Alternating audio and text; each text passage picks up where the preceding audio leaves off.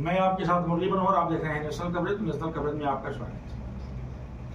पिछले 20 दिनों से भारत और पाकिस्तान के बीच में तनाव, पहलगांव में पाकिस्तान द्वारा पोषित पालित आतंकवादियों के द्वारा निरीह लोगों की हत्या कर दी। हत्या के बाद यह तय हो गया कि भारत और पाकिस्तान के बीच में तनाव बढ़ना है। जिस दिन पहलगांव में घटना होती है उसके दूसरे दिन बिहार में माननीय प्रधानमंत्री महोदय नरेंद्र मोदी जी का कार्यक्रम है और अपने उस कार्यक्रम में, अपने उस जनसभा में नरेंद्र मोदी जी ने कहा था कि हम सबको मिट्टी में मिला दें। उसके बाद ये तय हो गया था कि जरूर कुछ न कुछ भारत और पाकिस्तान के बीच में होगा। वक्त लगा, 15 दिन की पूरी तैयारी चली और तैयारी के बाद ऑपरेशन सिंदूर किया गया और पाकिस्तान में घुस करके 9 आतंकवादी ठिकानों को ध्वस्त कर दिया। लगभग 100 से ऊपर आतंकवादी मारे गए। लगता था कि भारत ने जो है अपना बदला ले लिया है, लेकिन पाकिस्तान भी चुप नहीं बैठा। सिंदूर ऑपरेशन के बाद भारत के सीमा के अंदर मिसाइलों को दागना शुरू किया पाकिस्तान। भारत ने अच्छी खासी तैयारी किया था और उनके सारे मिसाइलों को जो है ध्वस्त कर दिया और दोनों तरफ से युद्ध की स्थिति बन गई, तनाव बन गया। सवाल युद्ध का नहीं है, ड्रोन से हमला हो रहा है और भारत उसको निष्क्रिय कर दे रहा है। हमारा नुकसान भी हो रहा है, हमारे सैनिक भी मारे जा रहे हैं, पाकिस्तान का भी नुकसान हो रहा है। सवाल यह है कि भारत और पाकिस्तान दोनों परमाणु शक्ति देश हैं। अगर परमाणु बम, परमाणु शक्ति का इस्तेमाल पाकिस्तान के तरफ से होता है, हमला होता है, तो क्या होगा? इन्हीं तमाम बिंदुओं पर चर्चा करने के लिए आज हमारे साथ जो है भारत पाकिस्तान के बीच में जो तनाव है, तनाव के बीच में जो पूरे विश्व के तमाम बड़े देश, चीन हो, अमेरिका हो, लंदन हो, तुर्की हो, रूस हो, तमाम देशों की जो प्रक्रिया आ रही है उस पर भी हम चर्चा करेंगे। तमाम देश ऐसे हैं जो चाहते हैं कि पाकिस्तान पीछे हट जाए, युद्ध की स्थिति न बनने पाए।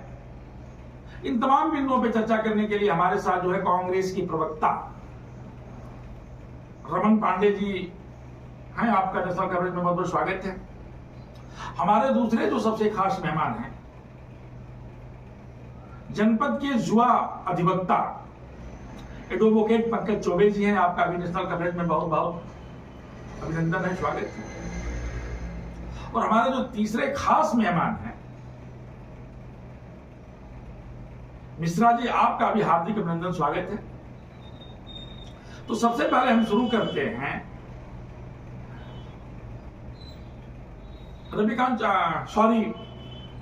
रमन पांडे जी के यहां से। रमन जी, भारत पाकिस्तान के तनाव के बीच में क्या हो सकता है? सबसे पहले तो आपके चैनल के माध्यम से जो आपके दर्शक देख रहे हैं, तो मैं भारत के वीर सैनिकों को उनके शौर्य के लिए, उनकी वीरता के लिए, कि जिस स्तर से भारतीय सैनिक और सेना पाकिस्तान को जवाब दे रहे हैं, काफ़ी गर्व की बात है। हम उन्हें बधाई देते हैं। साथ ही जो पाकिस्तान और भारत के बीच में एक तनाव चल रहा है, तमाम खबरें आ रही हैं कि पाकिस्तान ड्रोन से हमले कर रहा है।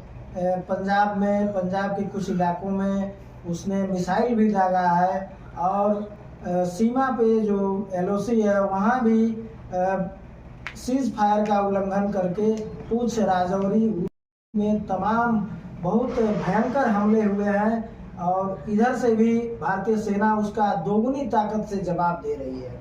तो देखिए, हमें तो कहीं ना कहीं लगता है कि यह अभी डिक्लेयर वार भारत की तरफ से नहीं है। भारत निश्चित ही पाकिस्तान के वार को रोकने में लगा हुआ है, शांति का पक्षधर रहा है। और ऐसा भी नहीं है कि भारतीय सेना की तरफ से जो बयान आ रहे हैं, भारत यही कह रहा है कि हमको जहां सूचनाएं मिली हैं कि आतंकवादियों के जो अड्डे हैं, जहां से आतंकवादी अपने हथियार और अपनी मीटिंगें करते हैं, ऐसे ठिकानों को हमें बर्बाद कर रहे हैं। हम फिर लौटेंगे आपके पास। हमारे पास जो है पंकज चौबे जी जुड़ चुके हैं। पंकज जी, आप पेशे से एक अच्छे वकील भी हैं, अच्छी जानकारी भी आपके पास है, कानून की भी आपके पास अच्छी जानकारी है। लगातार पाकिस्तान कह रहा है कि हम परमाणु शक्ति देश हैं, इसका क्या मायने? देखिए, एक कहावत है कि घर में दाने नहीं और अम्मा चली बनाने। समस्या इस चीज की नहीं पाकिस्तान की। पाकिस्तान ये सही है कि परमाणु बम उसके पास है, लेकिन क्या पाकिस्तान ये इसे भूल जाएगा कि हमारा बाप भारत बैठा हुआ है, उसके पास हाइड्रोजन बम, हमारा क्या होगा? और मुझे लगता है कि देश के जो और भी बड़े देश हैं, अमेरिका, रूस, चीन, जापान, ये कभी इस बात को का पक्ष नहीं लेगा कि परमाणु बम दोनों ओर से चले, क्योंकि परमाणु बम अगर चलेंगे तो जापान का हिरोशिमा उसका प्रत्यक्ष उदाहरण है। परमाणु बम चलेंगे तो जन धन दोनों जाएगा, वर्षों वर्षों तक इसका असर देखने को मिलेगा। तो पाकिस्तान के पास कुछ है नहीं।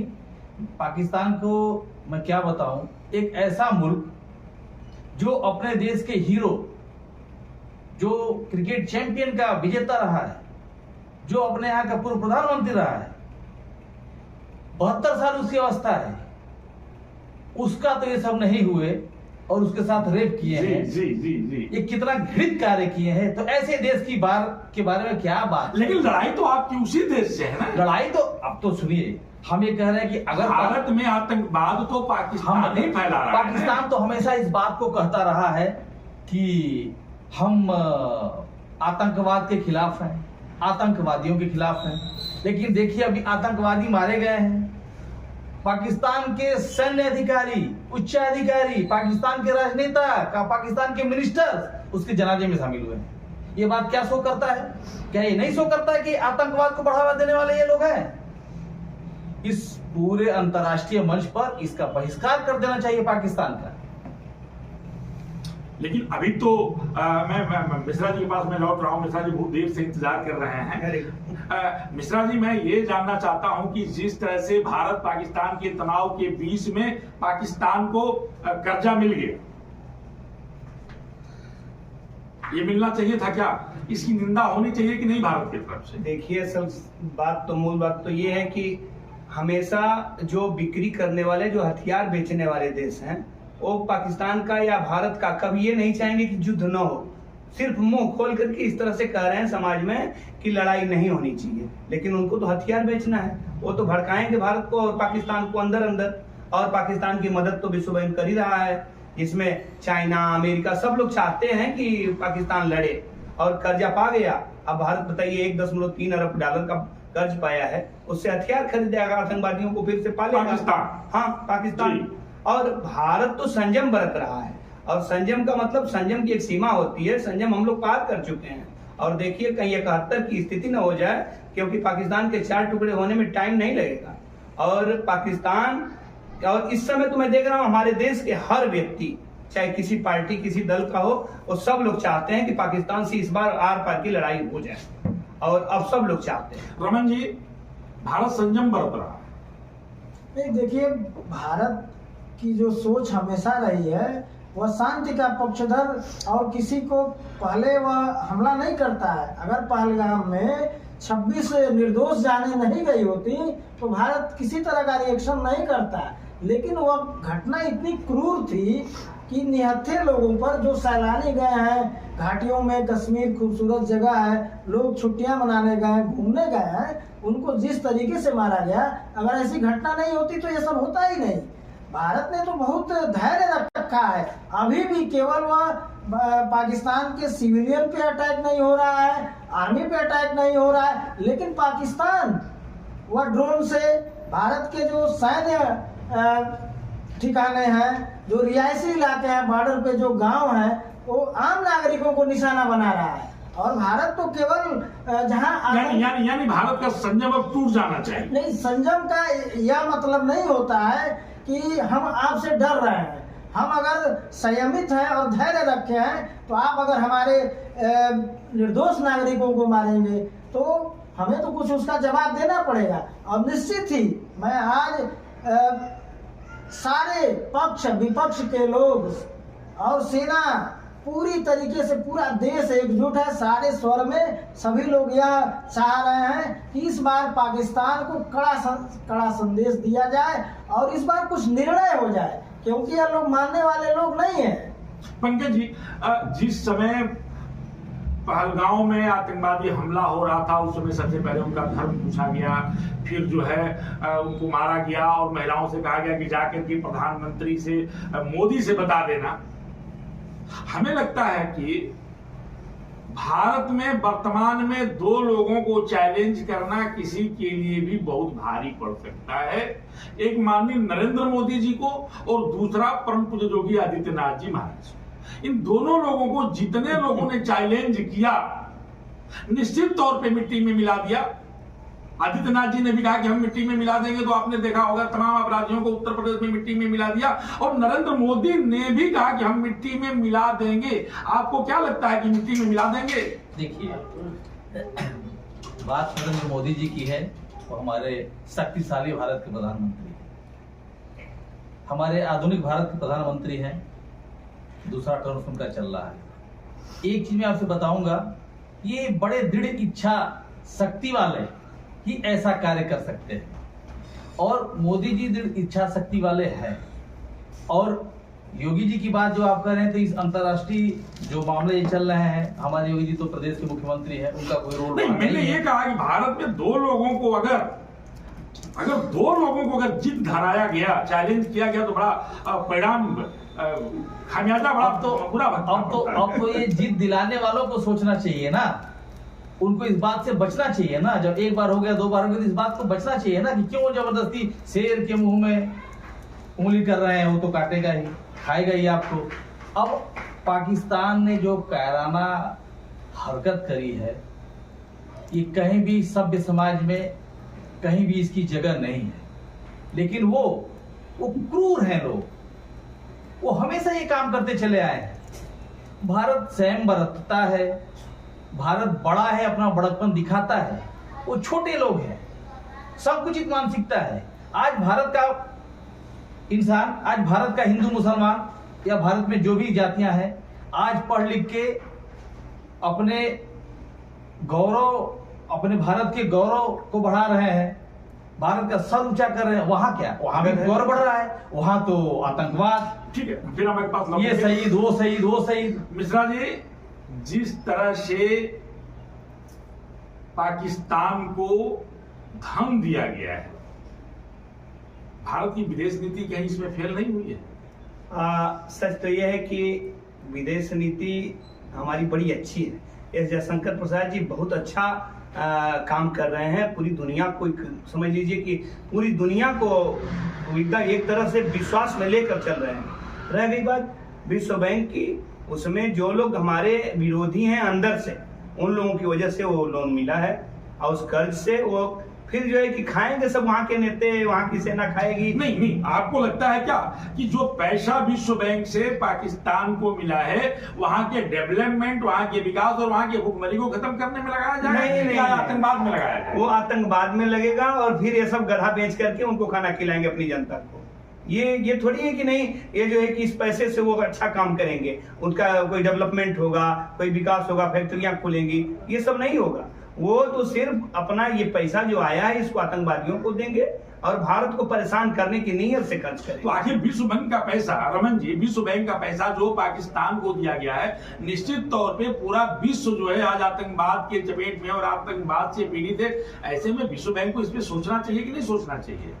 मैं आपको बताना चाहूँगा कि पाकिस्तान हमेशा जो है वह उसको कर्ज मिलता रहा है, बेल आउट पैकेज उसको मिलता रहा है। आज भी वह इस स्थिति में था, लेकिन हमारी कहीं ना कहीं थोड़ी सी इस पे कूटनीतिक चूक है। इसको किसी तरह रोकना चाहिए था। आज सरकार की जो दावे करती है कि हम विश्व स्तर पे, वैश्विक स्तर पे हमारे सारे लोग मित्र हैं और हमारी बातों को मानेंगे, तो उसको यह बताना चाहिए था कि नहीं, जो आप पैसा दे रहे हैं कर्ज के रूप में, तो पाकिस्तान इसका सदुपयोग अपने देश की जनता की भलाई के लिए न करते हुए वह आतंकवादियों को पालने वो ठीक है। ये तो भारत की तरफ से बताया गया है। भारत ने आपत्ति भी उस पर दर्ज किया है, भारत ने मना भी किया है, भारत ने काफी नाराजगी भी व्यक्त किया है। और कभी पाकिस्तान ये नहीं कहेगा कि हम अपने आतंकवादियों को बढ़ावा देने के लिए करेंगे। वो तो इसी आधार पर पैसा मांगेगा कि हमारे यहाँ भुखमरी है, हमारे यहाँ विकास कार्य नहीं हो रहा है, लेकिन इसका उपयोग तो आतंकवादियों के लिए करेगा। पंकज चौबे जी बेशक, बिल्कुल ये 100% सही बात है कि ये इस धन का जो वर्ल्ड बैंक ने धन दिया है, उस धन का वो केवल और केवल भारत के खिलाफ वो आतंकवाद पालने के लिए करेगा, न कि अपने देश के विकास के लिए करेगा। ये तो 100% सत्य है। क्यों ये सारा धन आतंकवाद को बढ़ावा देने के लिए जाएगा। 30 सेकंड का टाइम मिश्रा जी आपके पास है। 30 सेकंड में आप अपना जो है आप बताएं कि उस धन मिलने से भारत को कितना बड़ा क्षति हो सकता है। देखिए, भारत को क्षति तो होगी ही, क्योंकि उस पैसे का दुरुपयोग किया जाएगा पाकिस्तान द्वारा। लेकिन आज नहीं, 10 साल के बाद पाकिस्तान की क्षति होगी उस कर्ज को लेने की वजह से, और हमसे ज्यादा उसका नुकसान होगा, क्योंकि वो कर्ज दे नहीं पाएगा, और आज नहीं तो कल विश्व बैंक के चंगुल में और अन्य देशों के चंगुल में फंसेगा वो। लेकिन हमारा तो नुकसान वो कर ही रहा है, और आज से नहीं कर रहा है, बहुत दिन से कर रहा है, और अपने सारे पड़ोसियों का कर रहा है। अफगानिस्तान में तालिबान को उसने पाला, स्ट्रिंगल मिसाइल अमेरिका ने दिया, फिर तालिबान ने रूस से लड़ाई किया, सोवियत संघ को भगाया, फिर सोवियत संघ के फिर उसी तालिबान को अमेरिका ने उसी से मरवाया। तो ये जो है कि पाकिस्तान को पालने के लिए अमेरिका हमेशा फंडिंग किया है, पाकिस्तान में आतंकवादियों को पालने के लिए अमेरिका फंडिंग किया है, सोवियत संघ से लड़ाने के लिए अमेरिका ने फंडिंग किया है। इस बार भी अंदर से अमेरिका की ही देन है कि पाकिस्तान को ये लोन मिला है। जी, ये अमेरिका की ही देन है कि पाकिस्तान को लोन मिला है। लेकिन भारत में अगर नुकसान होता है तो अमेरिका के लिए भी तो बड़ी दिक्कत बढ़ सकती है ना। जी, अमेरिका को तो भी जो है अंतर्राष्ट्रीय मार्केट भारत है, चीन का भी अंतर्राष्ट्रीय मार्केट भारत है। देखिए, मार्केट जो है, मार्केट में सामान बेचने के लिए वो आते हैं, वो व्यापारी हैं। और दूसरी बात है कि चाइना भी हमारे यहाँ माल बेच रहा है और उधर हथियार उनको बेच रहा है। अमेरिका जो है उनको फंडिंग कर रहा है, हमारे यहाँ सामान बेच रहा है। तो अमेरिका भारत को एक बड़ा बाजार जानता है, सिर्फ बाजार की दृष्टि से वो हमारे यहाँ हमारे साथ सटा हुआ है, न कि वो दिल से वो सटा हुआ है। दिल से तो वो पाकिस्तान के साथ है, क्योंकि हमेशा से पाकिस्तान ने उसकी और उसने पाकिस्तान की मदद किया है। जब इंदिरा गांधी ने 71 में बांग्लादेश बनाया था, उस समय भी देखिए उसका 7वां बेड़ा अमेरिका का आ गया था पाकिस्तान की तरफ से। सिंपल सी बात है ना, हमेशा से अमेरिका ने भारत का विरोध किया है अंदर खाने। तो आप देख रहे थे भारत पाकिस्तान के तनाव के बीच में जब विश्व बैंक ने पाकिस्तान को पैसा दिया, तो उसको भी लेकर के आज पूरे भारत में जो है काफी जो है नाराजगी है, और लोगों ने जो है विश्व बैंक को और उन तमाम देशों में अपनी नाराजगी व्यक्त किया है कि ऐसे हालात में जब पाकिस्तान जो है अपने जो है आतंकवादियों को पाल रहा है, पोस रहा है, तो आतंकवादियों को पालने और पोसने के लिए विश्व बैंक से पैसा नहीं देना चाहिए। जिसका जीता जागता उदाहरण है कि जब सिंदूर अटैक हुआ था, जब सिंदूर ऑपरेशन हुआ था, उस समय जो आतंकवादी मारे गए थे उनको जो है पाकिस्तान के झंडे में लपेटा गया था, और उनको सलामी देने के लिए वहां की मिलिट्री आई थी। तो ये एकदम साफ हो चुका है कि आतंकवादियों का पाकिस्तान के मिलिट्री का, पाकिस्तान के सरकार का पूरा सपोर्ट है। उनके मनोहर के साथ प्रिंस खासिद बने रहिए मेरे साथ, देखते रहिए।